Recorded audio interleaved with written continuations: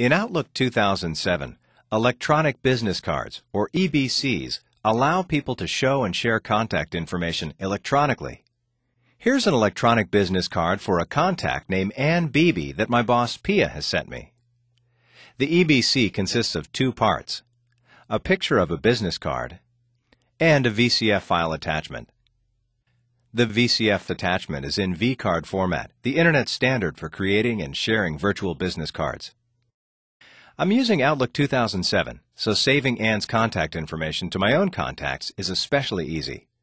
I just right-click Ann's card, here in the preview of the message, and click Add to Outlook Contacts. A contact for Ann opens, and all I have to do to save it to my own contacts is click Save and Close. The next time I need to contact Ann, her information will be easy for me to find. It's here, in Contacts. You'll notice that in Outlook 2007, the first time you view contacts, they'll be displayed in Business Cards view right from the start. You can see and change the selected view here, under Current View. In Outlook 2007, every contact has an associated EBC. You don't have to do anything special to create one. At first, the business cards will use a standard gray and white format, similar to the one used for these cards here. However, if your colleagues and friends send you their own EBCs, or if you customize the EBCs for the contacts that you already have, you'll start to see more distinct cards, like these.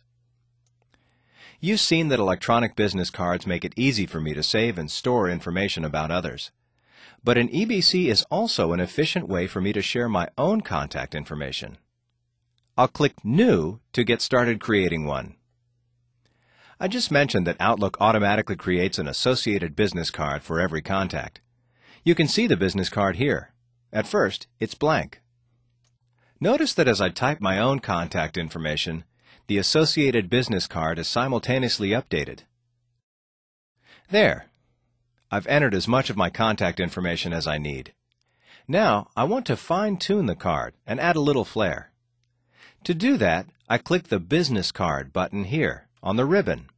From this Edit Business Card dialog box, I can control two things. I choose the information that is included on the card, and I also can fine-tune its design. This preview area shows me how my changes affect the look of the card. The information that's included in the card is listed here, under Fields. By clicking field names and using these arrow buttons, I choose where that information appears. I'll click the job title field name and then the Move Field Up arrow to move my title up just below my name, like this. I can also prevent information from appearing on the card. For example, I like to keep my mobile phone number private. I'll remove that information from the card by clicking the mobile phone field name and then clicking Remove. You'll notice that back here on the contact form, the mobile number is still here. That's because I'm just editing the business card, not the actual contact information. Because the data remains, I could always change my mind later and put my mobile number back on my EBC. Back to the Edit Business Card dialog box. Earlier, to get there, I used the Business Card button on the ribbon. I can also just double-click the image of the card. To draw attention to my name and job title, I'll add a little more white space between those fields and the rest of my contact information. I add white space with a blank line field.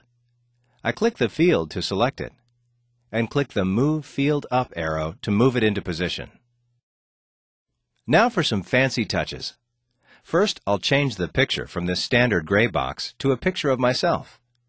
To do that, I click Change, select my picture, and click OK. I'll make a couple of changes to the image using the Image Align and Image Area. And I'll position my picture to the right of the text by clicking Image Right next to Layout. I'll change the background of the card by clicking the Background button. Next, I want to change the text color to blue. I can do that by clicking a line of text on the card and then clicking Font Color. After repeating those steps for each line of text, here's what my card looks like. That's looking pretty good. I'll click OK to save the changes and close the Edit Business Card dialog box.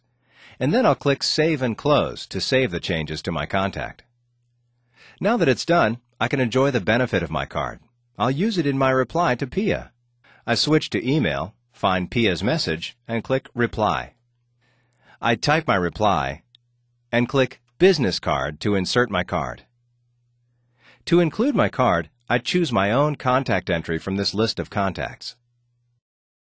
I click Send, and the reply with my card is off to Pia.